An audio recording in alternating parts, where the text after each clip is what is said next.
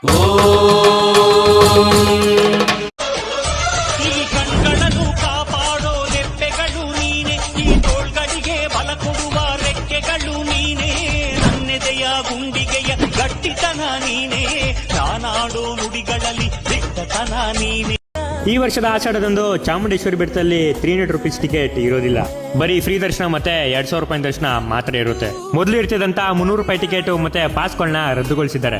ಹಾಗೂ ಪ್ರತಿಯೊಬ್ಬ ಭಕ್ತಾದಿಗಳಿಗೂ ಫ್ರೀ ಬಸ್ನ ಉಚಿತ ಪ್ರಯಾಣದ ವ್ಯವಸ್ಥೆ ಮಾಡಲಾಗಿತ್ತು. ಯಾರಾದ್ರೂ ತಮ್ಮ ಪ್ರೈವೇಟ್ ವೆಹಿಕಲ್ ತಂದಿದ್ರು ಕೂಡ ಅವರು ಪಾರ್ಕಿಂಗ್ ಅಲ್ಲಿ ಹಾಕಿ ಬಸ್ಸಲ್ಲಿ ಪ್ರಯಾಣಗೊಳಿಸಬಹುದು. ಹಾಗೂ ಮತ್ತೊಂದು ವಿಷಯ, ವರ್ಧಂತಿ ಮಹೋತ್ಸವ ದಿನ ಹಾಗೂ ಆಷಾಢದ ಪ್ರತಿ ಮಹಿಷನ ಮರ್ದನ ಗೈದವಳೆ, ಮೈಸೂರಿನ ಬೆಟ್ಟದೆ ನಿಂತವಳೆ, ಶೂಲವನ್ನು ಹಿಡಿದು ನಿಂತ ಚಾಮುಂಡಿಯೇ.